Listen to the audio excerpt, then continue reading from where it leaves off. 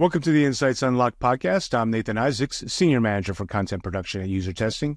And joining us today as host is UserTesting's Blair Fraser, a staff product designer here at UserTesting and based in our Edinburgh office.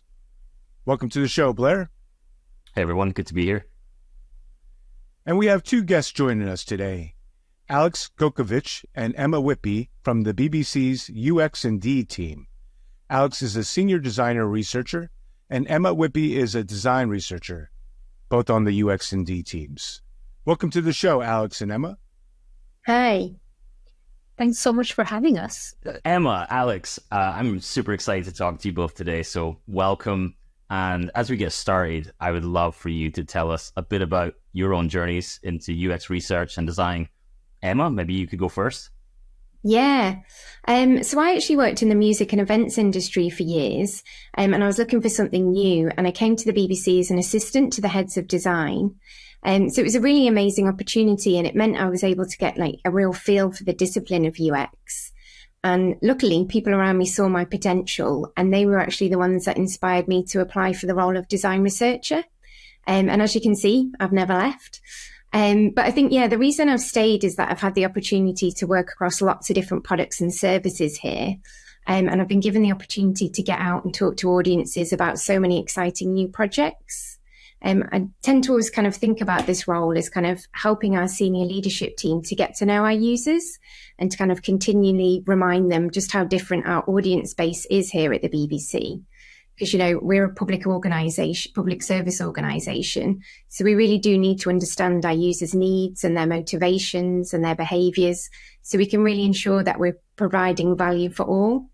And I think that's what's great about working here. Our field trips are carried out far and wide, and they can be anything from kind of leading co-creation workshops with teenagers in schools to visiting people with accessibility needs in their own homes. So as you can imagine, we really do enjoy working here. Yeah, that's really cool. That's such an interesting journey and a variety of work, it sounds like. So, Aleks, how about you? So I've worked in research for over 15 years now. I started my career with Ipsos. They're a large international market research agency, and in the UK, they're famous for doing election polls. So I worked in market research for a long time before I joined the BBC and before I made a move into design research. And it's interesting, actually, because I'm often asked, what is the difference between market research and design research? And I actually find it a really difficult question to answer because there are so many overlaps in our practice. We all talk to our users, collect customer feedback, both qual and quant. We analyze data, deliver insights, etc. And from my experience, it's all about looking at the same challenge through a different lens, where market research often tries to understand the impact on a more of a macro level. Design research tries to bring these challenges to life, appeal to the individual user experience. And this will hopefully be familiar to a lot of your listeners, and you will see later on as we talk through our work. The real magic happens when we work together, when we collaborate and deliver a complete story. And that's when we think we can do really powerful stuff like influence strategic decisions at an organizational level. Amazing. Collaboration, delivering stories. I love it. I really like how both of you guys have very diverse and different paths. It's always amazing to see where designers and research, where their backgrounds come from, what's led them into that world of UX research and design. So amazing. And Aleks, for our global listeners out there, perhaps you could actually help explain, what is the BBC? And can you tell us a bit about the breadth really of what the BBC does and its reach, and what is the role of the user experience and design team within the BBC? Sure. So BBC is a public service media organization. We create TV and radio programs and online content, and we have a mission to inform, educate, and entertain people in the UK and around the world. We're well known for our BBC News and natural history content, I mean, everyone's heard of David Attenborough, right? But we do so much more than that. We produce content for children. We broadcast live events to the nation, including sports, things like the Olympics, Wimbledon Tennis Championship. And we broadcast a range of live music events, things like Glastonbury Music Festival and many other festivals around the country. We offer a wide range of radio networks. I mean, I could go on. One thing to bear in mind is that BBC is funded by the license fee, and that means that every household in the UK has to pay to access our content, but it also means that we're not funded and we don't depend on advertising. It means that we're independent, but we also have a commitment to be impartial in our reporting, and we have to be a universal service. So we're committed to be accessible to everyone that pays the license fee. And so the BBC has to cater to a wide range of diverse audiences. Now, UX&D at the BBC is around a 200-strong team of designers, service designers, writers, researchers, information architects, accessibility specialists, and together with our colleagues in other parts of the BBC, like product, editorial, marketing, together we design digital experiences for our audiences. And though our team is made up of many disciplines, at our heart, we're united by this human-centered approach. That means that everything we do starts with our users. Our practice is built on getting to know our users, crafting the kinds of digital experiences that suit their needs, from things like shaping screens to choosing the right words. It's all about being useful, usable, and user-friendly. And that's where we come back to this collaboration. We make a full circle and say that collaboration for us really is key. And we really do believe that only by working together we can achieve this BBC mission. Wow. Yeah. I mean, you definitely seem to highlight the scale of what the BBC does. As someone that lives in the UK myself, the BBC is very much ingrained in my day-to-day life for sure. But just hearing about the reach even beyond the UK is amazing. It must be super impactful to be part of a team that sort of reaches so many people, through so many people's lives, through the design work that you do. It's actually quite challenging to be concise and to tell the story of such a big company and such a big organization in sort of like a couple of sentences, really. As you said, Blair, it's just there's so much we do. Absolutely, yeah. It's a tall bill. There's a lot of responsibility in there. So it sounds like today that we're going to be talking about what is essentially a discovery project to find new audiences, and it sounds like it was much more than just that, though. I'm wondering, Emma, can you give us a bit of an overview? What was this project all about, and why did it matter? Yeah, so our discovery project to find new audiences was carried out with retirees. And our research objective was to understand some of the challenges that this older generation who use our broadcast services will face when transitioning to our digital services. But just to clarify, this isn't a new audience for us. This is an audience that currently use our broadcast services. So, they really are our heartland audience, but we just want to ensure we're kind of bringing them with us into the future and that they are able to use our digital services. And yeah, like you said, it was so much more than a discovery project. So we were pretty certain this research would get attention. And so to ensure we were going to make an impact, we knew we needed to bring this generation's stories to life. So we thought the best way to do this would be to use our storytelling skills and really use empathy and emotion to really get into the hearts and minds of our senior stakeholders. And Aleks and I were always telling anyone who was willing to listen that we really believe our harder to reach audiences challenge like the status quo and our cognitive bias. And they really kind of help push us to think differently about our products and services, which ultimately is always going to inspire innovation. And we were thinking about it. And while using UX research to influence big strategic decisions might not be immediately obvious, we actually found that showcasing our most hard to reach users' behaviors and their attitudes and their needs, it actually helped us to bring to life the importance of designing our products for our entire audience base. And what we think is really exciting is that by making everyone's experience even better, we showed that we can also achieve business success. And I suppose this is where using big data played an important role in our narrative. So it really helped us to highlight the significance of the opportunity for the business, and it enabled us to quantify this huge acquisition opportunity. And it also led on to an exciting new project with our consumer technology demo lab. So they're called the Blue Room, and we're currently creating a digital version of a living space of a retiree's home. And we're going to be using these digital artifacts to bring our research insights to life. And it's pretty cool. These are going to be viewed not only by internal staff, but also by external guests as well. Wow, that sounds really cool. I think you should speak a little bit more about that in a minute, but I'd love to see that. And it sounds like this project has a lot of depth as well. I can imagine it's not just about only the data, but about the people and that sort of real world impact that you're looking to make. Aleks, how did you use big data alongside UX research to quantify acquisition opportunities?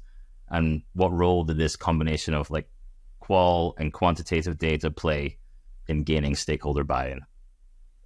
So in our case, big data was used to, on one hand, inform our work. Like Emma said, we weren't really uncovering anything new. And at the BBC, we have a long legacy of profiling our audiences, sizing different segments of our users, identifying those who are easier and harder to reach. So we weren't doing anything new. And the data there was there to give us clarity and give us focus. It meant that we were able to make an informed decision, tell a compelling story of why the specific group of users were important to focus on. And for us, in this case, data clearly showed that retirees were an important cohort of our audiences and that they were important to consider when thinking about the future of public service. Using data alongside UX research also enabled us to tell a different story, one that's positive and exciting, and it enabled us to change the narrative away from talking about things like pain points, risks, challenges, commitments, to one where we were talking about innovation and development. We were able to go back to the business and say, wow, look at the size of the opportunity here. Imagine what impact we could have if we could appeal to all these audiences in a different way. So using big data alongside UX research enabled us to not only bring to life the fact that designing products for our hard-to-reach audiences results in better user experience for everyone, but we also had evidence that our approach can also achieve business success. Oh, amazing. Yeah, I love that. That sort of bringing together the storytelling aspect and, the real need to drive towards a good user experience, which we all know and love to be, of course we need this, but being able to communicate that through the language of business to the people who are having to make some of these higher up decisions as well and put the investment into these projects is pretty powerful. That combination of the data and the empathy piece is, we love that. We love that here. So I was going to ask, Emma, maybe you could help explain how you approach collecting data from this retirees group and maybe some of the key insights that emerged from their stories. Yeah. So over the summer last year, we conducted qual research with retirees. So they were all aged 66 years and over, and they had a real mix of diverse accessibility needs. So our approach was to go into community coffee mornings and to really get to know this generation. So as we said before, we wanted to understand some of these challenges that they might face when transitioning to our digital services. And we knew this was like a really tricky subject to delve into with this age group. So our main objective for the sessions was really to ensure we were using language that resonated with them and that they understood the kind of types of insights that we were after. So with this in mind, we split our interviews into talking about the past, the present, and the future. And we started by talking about what they would call, the good old days. So when TV and radio were first introduced. And this really helped kind of lead them into the conversation about how times have changed and then the impact it has actually had on them. And then thinking about these key insights, so we found that they fell into 3 themes. So the first theme was around their attitudes towards technology and digital products and services. And we heard time and time again insights like, they always have to ask for help and support from their family or friends when setting up digital services, even when they know they could probably do it themselves. And they feared the kind of potential outcome of pressing the wrong button when using digital services. And many of them were really concerned with being scammed. And then also it was just them being angry that choices were being taken away from them. So they gave so many examples like bank stores and train ticket offices closing in the UK, and then only being able to pay using apps at car parks. And it was just really interesting to hear that it was making many of them feel really excluded from our ever-changing society. And then the second theme was their challenges moving to digital. So we found for this audience that using digital products and services as they are today isn't easy. Many of them have got low digital literacy skills, and some don't even own any digital devices. They're just happy to carry on using broadcast services. And then many have got accessibility needs, like we said. So maybe they've got dexterity impairments, meaning holding a TV remote is difficult. Or maybe they've got memory impairments, meaning remembering passwords to sign in. So all these things suddenly become really difficult. And then the third theme, so this fell under their unmet user needs. So a key theme here was that they missed this campfire experience. So they were telling us about how having a TV in your home before the 60s was this rare luxury that many families just couldn't afford. And many spoke about having to visit neighbours or other family members' houses to watch it. So for them, TV became this shared social experience. It was this time for, friends and families to gather around and watch and enjoy the same content at the same time. And this is something that they spoke so passionately about. And many of them felt like this move to digital has meant TV and radio has become like this individual experience. And they spoke about missing, the water cooler moments. So chatting about something that they've watched or listened to the following day. And then finally, the most shocking finding was that TV and radio were crucial companions for combating loneliness for this generation. So they were telling us how broadcast TV and radio really helped to shape and provide structure to their day. So maybe, they woke up at a particular time each day to make sure they can listen to the morning chat shows on the radio, or maybe they're reminded it's lunchtime when the 1 o'clock news comes on the TV. It really is an integral part of their day. Wow, that's hearing about that, it seems like there's a big culture shift over those decades. Everyone today is heads down in their own devices. My household's probably got, 10, 20 devices or so, and everyone's watching in their own space, and they're all individuals, and that's a big cultural shift to support as well. And often I think acceleration to digital through digital transformation as well can often leave a big gap in access as well. Sort of those, you can often design with a lot of biases and leading, and then leave behind many cohorts or groups of individuals who haven't really been thought of. So I have a couple of small follow-up questions on this one, if that's okay. And just wanted to see what you were thinking. So did you learn anything that personally surprised you? Like, what did you learn through those insights and that research that wowed you personally? So one of the really lovely bits of analysis that we did, so it wasn't just, doing the field work and talking to people, it was just processing what people said to us and trying to abstract insights from those. So one of the really lovely bits of analysis that Emma did was she actually physically went and looked at how many presses on a remote control it takes somebody to access BBC News on our video on demand service. And it uncovered this a long journey that we're expecting our users to go on to access something that essentially takes somebody to just press a button on the remote control today. And this is not only a huge challenge when we think about transitioning people who are very much used to consuming our broadcast services, but it's also sort of thinking about that journey and thinking about this long number of presses you have to make makes it a poorer service for everyone, not just like our hard to reach audiences. So for me, a big learning was that when we're designing our products and services, ultimately, with this user group in mind, we end up with better products and services for everyone. And like Emma said at the very beginning of the conversation, this piece of work really challenged our biases that we have and assumptions. So yeah, that was really wonderful. Wow, amazing. Emma, do you have a favorite or something that you learned as well? No, I think it was just about how shocking it was how like I was saying about the TV and radio being such crucial companions for this generation, and the thought of, taking that away from them. It's quite heartbreaking, really. So I think it was just really nice to be able to bring that to life and, to ensure that our senior stakeholders see that risk. Yeah. The thing that we've been thinking about is, TV is a very passive, laid-back experience. And TVs are becoming really complex now, almost like they're like computers.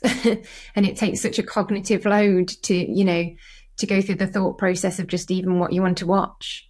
So it's just interesting to see how this relates to everyone, not just this kind of older generation.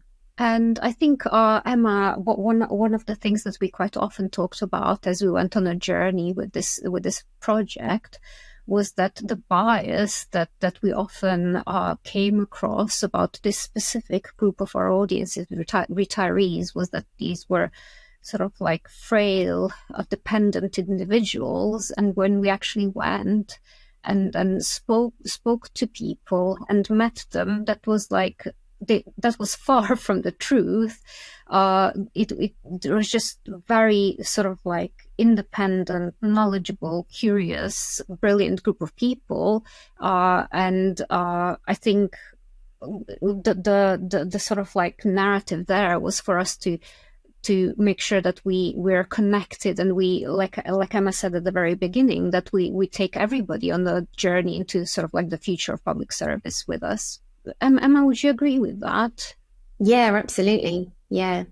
Was this research carried out in like I couldn't recall what you said actually earlier. So was this research carried out in like the BBC offices, and I think you said coffee style, or was this in their homes, or like ethnographic style? Oh no, sorry, it's carried out at community coffee mornings. So there's events that happen where they all get to kind of go along, and it's like a real social occasion for them. They'll often be given talks. So it's just a really nice opportunity for us to go along. And I think they really benefited from it as well, because it provided them with a bit of social currency. They were able to go and tell their other friends, I've been chatting to the BBC and I've been thinking about this. And so it was a really nice two-way relationship.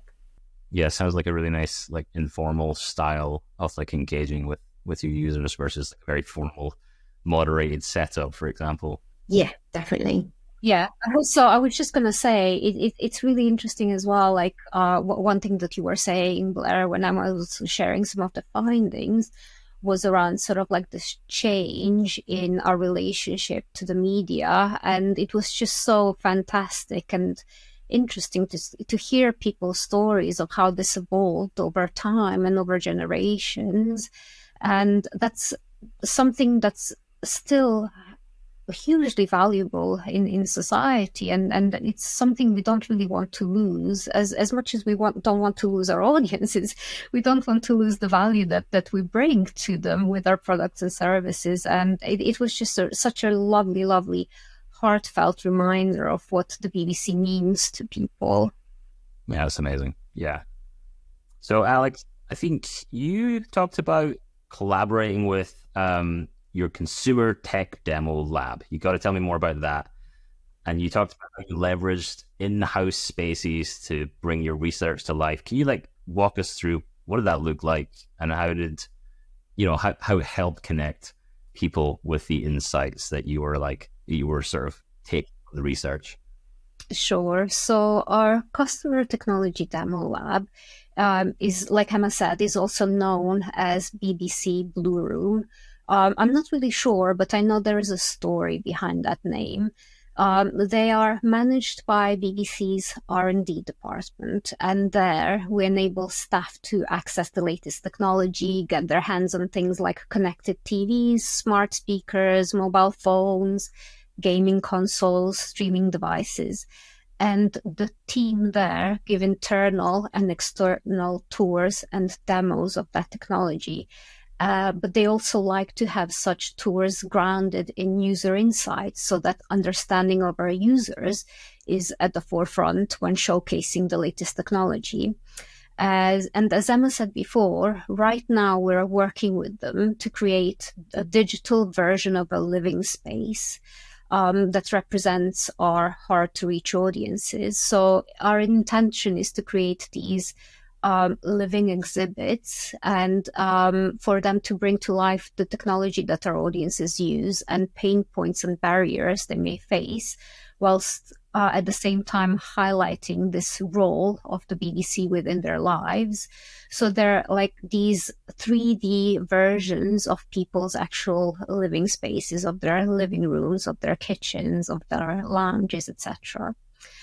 Our hope is that these exhibits will help inspire our colleagues when thinking about the technological landscape and the speed at which it's constantly changing.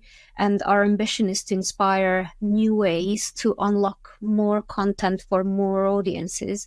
And for us, it all comes back to understanding our users, their attitudes, behaviors, and needs. Did you say, was it a physical space or a digital space? They're digital spaces. So the way that we are creating them is that we actually went into physical spaces, took a bunch of images and then rendered them into these like 3D digital versions of people's living spaces. Yeah, it's like a little Google Maps tour of someone's living space. And it's better than that, Blair. Oh, wow. It's interactive and everything. That's really cool. It sounds like a really novel, like hands-on way to sort of bring your research to life, really adding that sort of storytelling piece to the data and the insights that you've collected. So you've gathered these insights from your UX research. How did you effectively communicate these findings to different teams, senior stakeholders across the BBC to try and inspire action and drive change? Can you tell us a little bit more about like what happened next?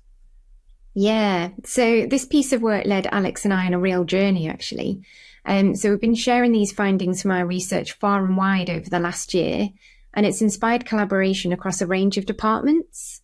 So it's been really amazing to be able to feed in our research findings and triangulate them with everything that's being done right across the BBC, and also to look at what's happening outside of the business. So like I said, for us, we found that combining the data and the UX research was a powerful tool, and that really did enable us to tell this compelling story that captured the hearts and minds of our stakeholders. So we see where data's like help highlight the significance of the challenge as well as the opportunity. We saw UX input, it really did help unlock that empathy and emotional connection with our users. Love that. Unlocking the emotional and empathetic connection. That's what we're all about here at UserTesting. And that's a great example of turning like research into action as well. I'm pretty curious actually if there was any moments where stakeholders pushed back on the findings, or was there any moments that, that sort of, I don't know, like, I'm not sure about this, or was it all just like, wow, this is amazing. We love this. Thank you so much. What were the conversations like as you were sharing some of this research with teams, with sponsors, with stakeholders? And if there was any challenges or pushbacks along the way, how did you overcome that? It's been really well received. We know all of this. We've proven our hypotheses are correct. And our senior stakeholders were just really keen to kind of implement these findings right across all of our products and services. I don't think we've had any pushback, have we, Aleks? It's not so much pushback, but the one really lovely, story and connection that we had with our stakeholders was that on so many occasions, our findings resonated so much with everyone we've spoke to. It almost, I can't really think of anybody that didn't react to our insights in a way of like, I actually know somebody close to me that is going through the very similar challenges in their lives. And the story for us was also that with the speed that, our worlds are constantly changing, especially today, especially in the technological landscape, is that sooner rather than later, that's also going to affect everybody. So we're not immune to these changes. And that was also such a powerful message for us, and it really resonated. Yeah, it sounds really powerful. That sort of ability for these stories to help unlock and connect people empathetically to those stories. I'm always a big fan of hearing when it's amazing when you have uncovered some user stories or something that's really interesting. You're sort of sharing those learnings and digesting that with the team and the business around you, and you hear other people that were not necessarily directly part of the research talk about findings through that lens of story, or hey, there was this one customer who, and versus talking it through the lens of a feature or a KPI or any of these things. So it's amazing when you can sort of embed it into people's day-to-day in their work and bring that to life. So that's really, really cool. So Aleks, can you share any examples of how this research led to a change in design approach or strategy? And what was the process like to turn research insights into actual business decisions? So like Emma said, we've been on a real journey with our work, and it's really hard for us to pinpoint a single example. And again, I hope what I'm sharing today will be familiar to many of your listeners, but the relationship between delivering research insight and making a business decision, especially when thinking about product designs or business strategies, isn't a linear one. And we knew that at the very beginning. And it was important for us to allow ourselves the space and time to take our work on this journey. It meant that we spent a year knocking on doors, sharing our findings far and wide. And even today, as we speak to you, we don't consider our work as complete. We're still on a journey. And for us, it really isn't about a single decision. For us, it's about changing hearts and minds. And we really believe that we're doing that. I mean, coming off the back of everybody's reaction and everybody's engagement with our work, it feels like we have achieved that. So it becomes like a mission, like it lives on, it keeps going, it keeps serving more utility and more purpose beyond an initial research study or a set of results. So that's amazing to hear. Well, I want to say thank you both so much for being on the show. I've really enjoyed our conversation. So how does someone learn more about you both and learn more about the user experience and design work you're doing to shape the BBC's digital experiences? So I believe that you'll be sharing our details and links on your website. So it's probably the best way to start the conversation with us there. But what you can also do is search for UX&D on our BBC website. Okay, that sounds great.